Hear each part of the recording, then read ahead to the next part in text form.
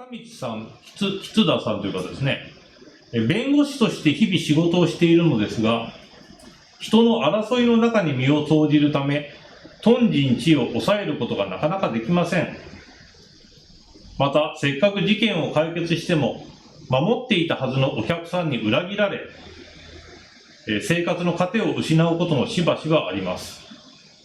仕事をして、人の役に立っているのかすらわからなくなってしまうこともあります。仏教的に弁護士業というのはどういった評価を受けるのでしょうか。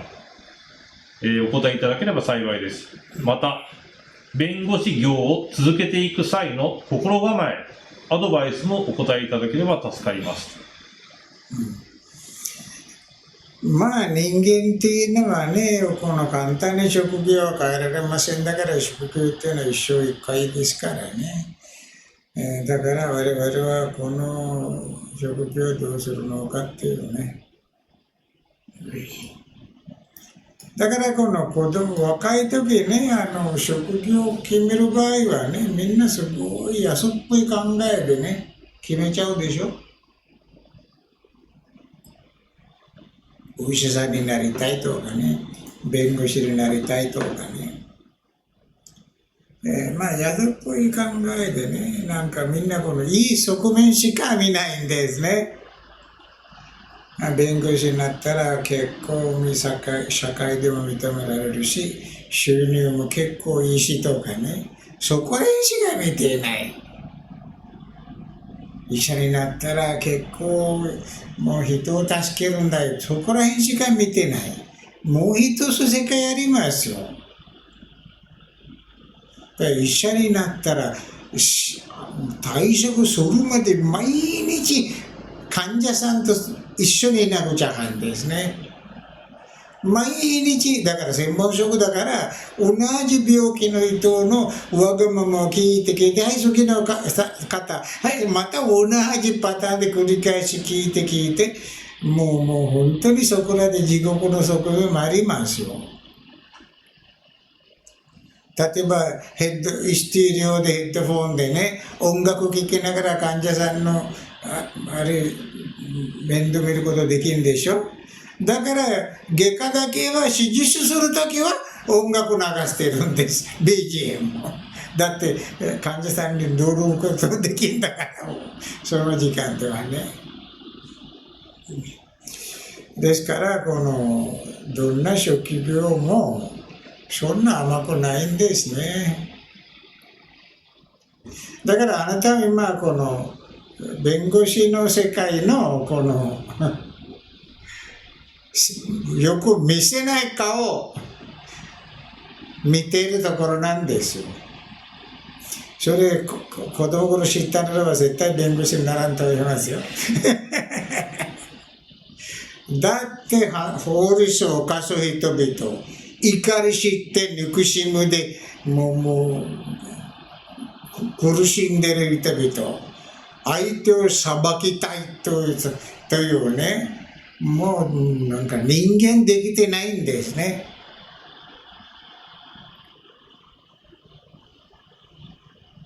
そこで被害を受けて、お手上げ状態になっている人々は来るんです。やっぱりそういう人々も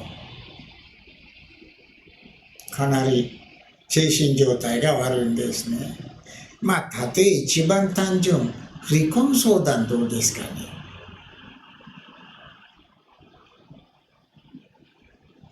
離婚の弁護という場合はね、まあ、弁護士として、離婚調停になったとかね。お互い憎しみ合ってるでしょ。全く美しくない世界でしょうね。例えば自分が奥さんの方で弁護士でで相手が別な弁護士を立てて自分がなんとか自分の目で相手の男のことを見た自分にとってはその人ではなくて自分が奥さんも弁護士でいるんだからね。まあ、あんた言うほど悪い人間に見えますよ。一言言ってみたらどうですかね。大変なことになりますよ。お前にお金払ってるんではないかとかね。高いなんとか料金ね、払ってるんではないかと。いうことになりましょう。だからまあ、どんな職業でもかなり苦しい世界がありますよ。この美しく見えるところはほんのわずかなんです。人間の歯と同じでね、ほんの前に見える、ほんのちょっとだけで綺麗に見えるの。これ、3分の2が中に入ってますよ。決して綺麗じゃないんです。後ろの見方もそれほど綺麗じゃないんです。ほんのわずかだけ。はい、そういうことはやっぱりもう大人だから理解しましょうよ。言うほど甘くないんだと。結婚した相手は思ったほど美人じゃないんだと。で、あるいは結婚した男はね、思ったほど男前じゃないやと。もうだらしないや。それが現実ですね。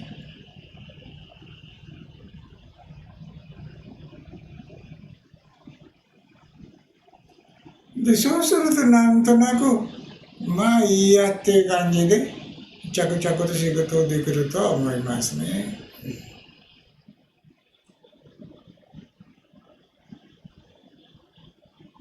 だからあなたは弁護士としてこのトンジンチに乗ってはいけません。あなたはこの傍観してトンジンチの争いがいかに大変かっていう立場から見てください。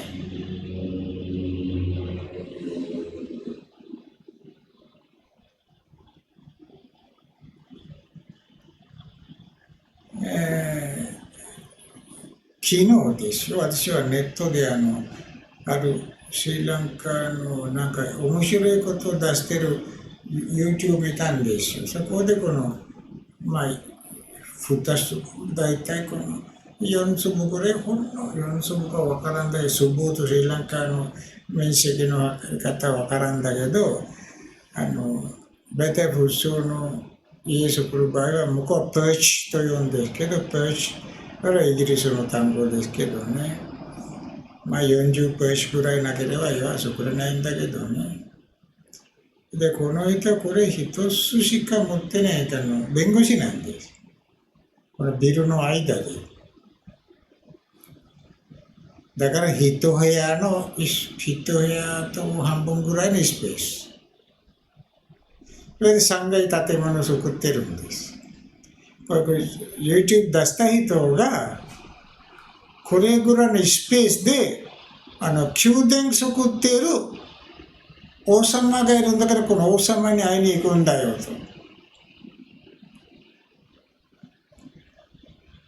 たら、玄関ドアで、なんか弁護士なんとかなんとか書いて、変だなと私は思ったんですね。それはこの人何のことなく、部屋、ドア開けたら階段があって、これ、階段ではなくてすっごい作品ですね。でもお金かかってないんです。ものすごくもうなんか動物の中に入ってるような感じで、この昔は映画なんかであったようなこのなんていうのか投資みたいなね、ものをちゃんとあって、でちょこちょこずつ上がっていかなくちゃいけない。上がっていったところでいきなりちっちゃな滝があるんですね。ここでものすごくきれいに滝があって、そちらで一人だけ腰掛けるところがあって、ものすごくきれい。入った途端別世界。しかし4人は入れないんです。1人最低2人とかに。入ったら弁護士の事務所はそこからなんですね。そちらも3人しか入るの、スペースないんだから。どういうことかというと、事務所に一人しか入れませんよと。場所がないんだよ。だから一人の仕事終わるまで相手があの滝のところでじーっと待って滝の音を聞いてそこで魚を見るんですね。そう魚の泳ぎ方、それ美しい気持ちを見てほしいと。でないと憎しみやら怒りやらもこれで絡んできて攻撃すると私が病気になります。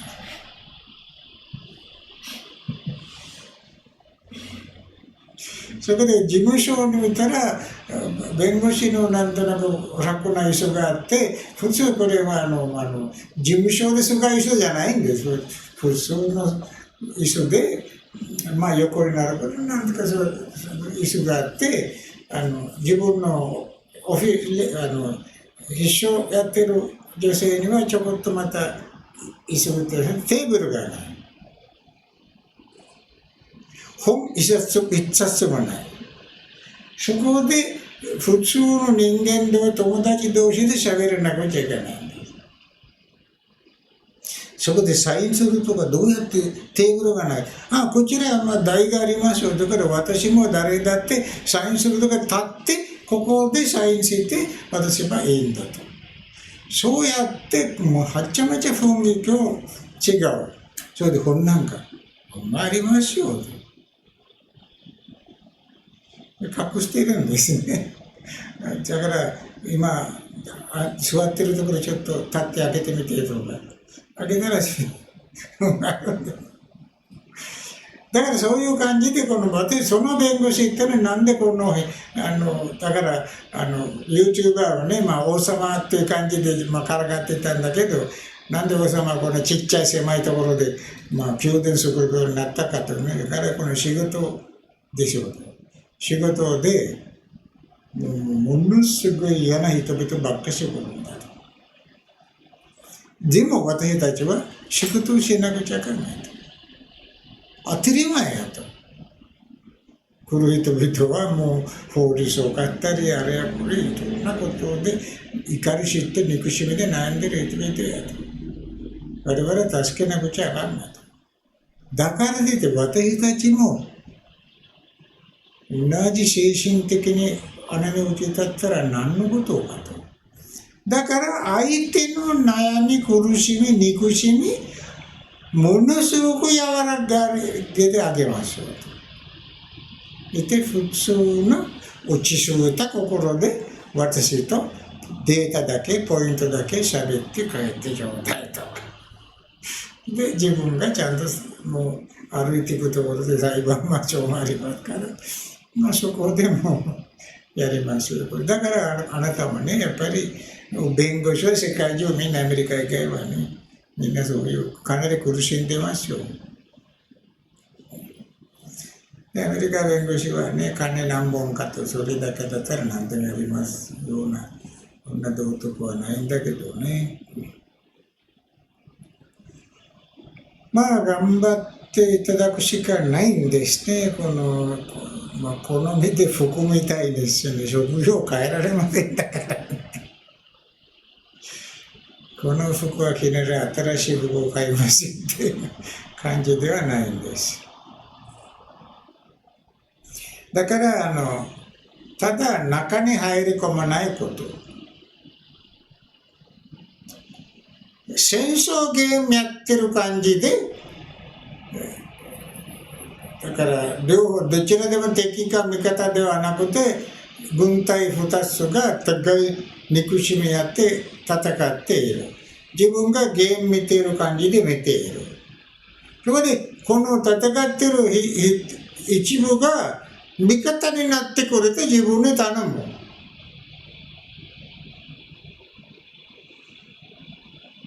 じゃあ分かったと言ってあなたはその軍隊の味方になってあげる。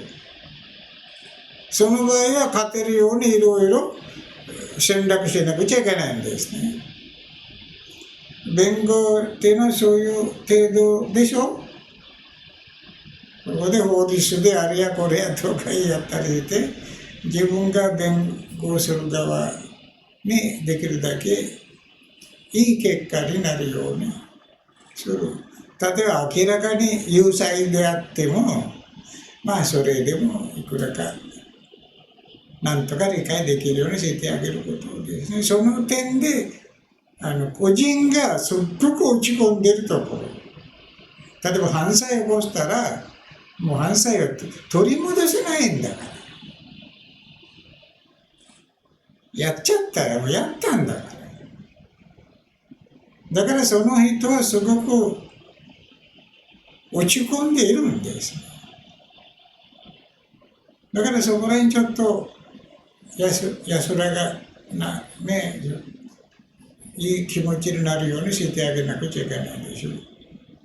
そこまで喋ったのは仏教では何なんと言ったってもね、まあ仏教ではね、そういう誰かの味方になって、誰かの肩を取って、誰かを相手にする、敵に回す教えじゃないでしょう。だから仏教からは何もやってはできません。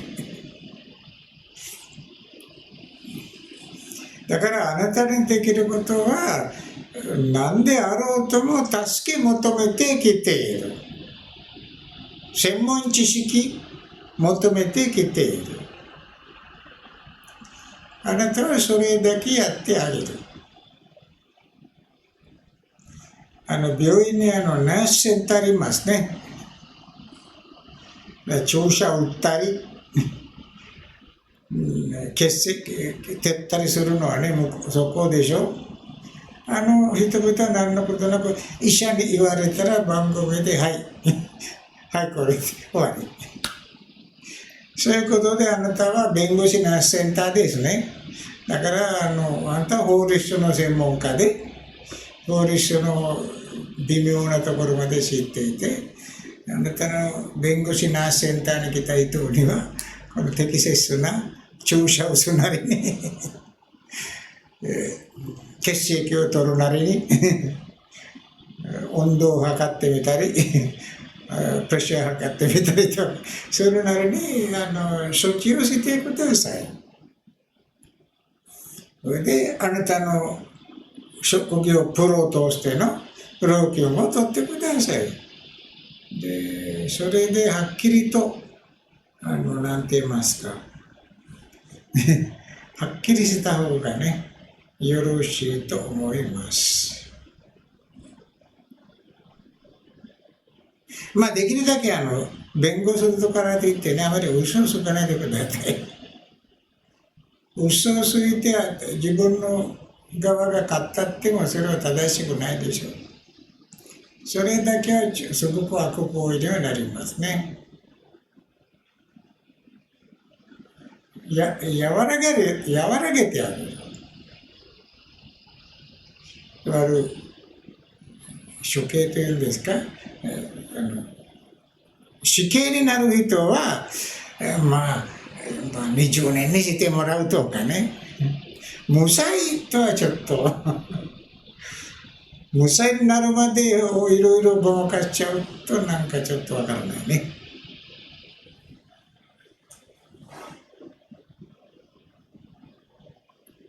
まあ本当に無罪になればまあ別の話ですけど、まあそういうことで結構すごい理解能力が必要な仕事です。